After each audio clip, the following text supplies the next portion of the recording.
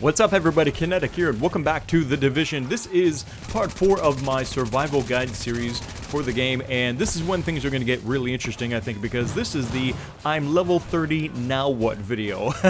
Currently level 30 is the max level for The Division, and at this point, players are going to wonder what's the current end game, how do I get more gear, what challenges await me, and things like that.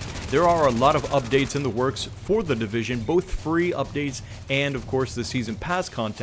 And I want to say that this video right here, as far as like how do you strengthen yourself up once you get to level 30, this video should be, for the most part, future-proof, I think, because really it's almost the essential stuff that you'll want to do, and it's really fast and easy for the most part, and this generally seems to be the foundation of which everything else, content-wise, will be built on from this point forward. So without further ado, let's get to it. The first thing that you're going to want to do, if you haven't already by the time that you've reached level 30, is you want to get 100% completion on all of the wings at the base of operations. You want all of the upgrades so that way you get the maximum amount of power, of course, for your character, including things like the master mods for your skills. There's just all kinds of good stuff here that you want to make sure that you get as quickly as possible.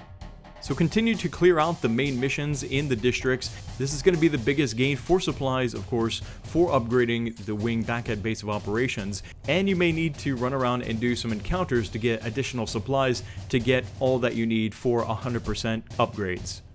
Next up, we have daily mission runs. Now, you'll have each day 3 missions that will be highlighted on your map.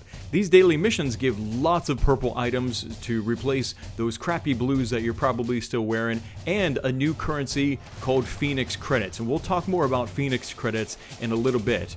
2 of these missions you'll need to complete on hard difficulty. Now, since you've more than likely done a few of them on hard difficulty, this shouldn't be that much of a shock in difficulty jump for you. So run those 2 missions on hard, and you'll also notice that the third one is on challenge difficulty. That daily mission is going to kick your ass when you first try to do it. In fact, you probably can't even do it. No offense, it's not like I doubt you guys out there, but the challenge is real. The damage that these elite mobs put out is real in these challenge runs.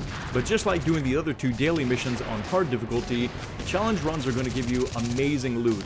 Now you're actually going to be rewarded with a guaranteed high-end piece of equipment. High-end equipment can be looked at as sort of like the legendaries currently in the Division.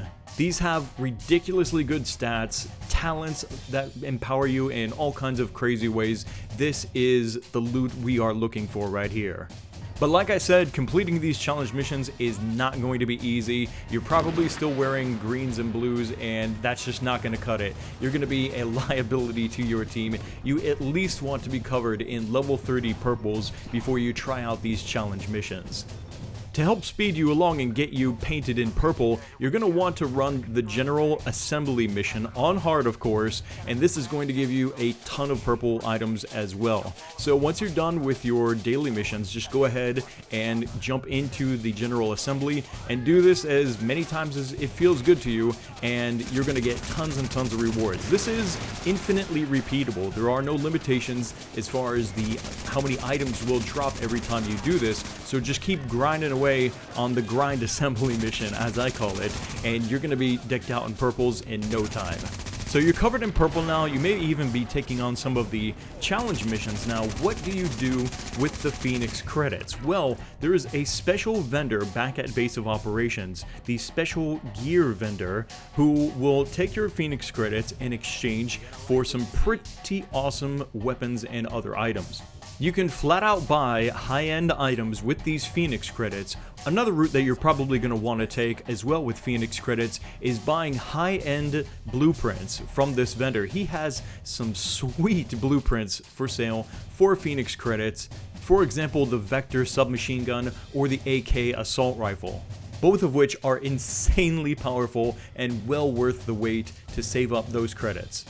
Now, if you're feeling really impatient and you don't want to wait until you have enough Phoenix credits, there is also the advanced weapon vendor available at your base of operations, and he sells things for regular credits instead of Phoenix credits. Now there's a lot of discussion going on back and forth as far as whether it's actually worth purchasing these items, for example the high-end LMG or the high-end shotgun. The people that say yes say that, well, it's great that you can get these with simple regular credits rather than waiting for Phoenix credits. They do good damage, they help you run challenge missions, and are just a good high-end weapon, for example, to start you off once you hit level 30. The naysayers say that, well, the damage really isn't that good, sometimes purples are even better than these high ends, the talents aren't very good, you're better off waiting until you can save up enough Phoenix credits, and so the debate rages on. I personally think that if you have tons of credits and you simply cannot wait to get, for example, a high-end LMG, go for it, because credits are really going to be so easy to farm. Why the hell not? To see these weapons in action yourself, keep an eye on my channel here, as I'll be doing weapon reviews for those weapons that are bought with both regular credits and with Phoenix credits. And that's all I've got for you guys in this video. I hope you enjoyed the I'm level 30, now what portion of my survival guide series. I've got more videos coming up really soon. Also keep an eye on my Twitch channel. I'm live streaming The Division quite often over there at twitch.tv/Kinetic Live. Links to that stuff in the description of this video. Click the like button and make sure that you're subscribed so you don't miss the next video here on my channel. Thanks again for watching. My name is Kinetic, and I'll see you next time.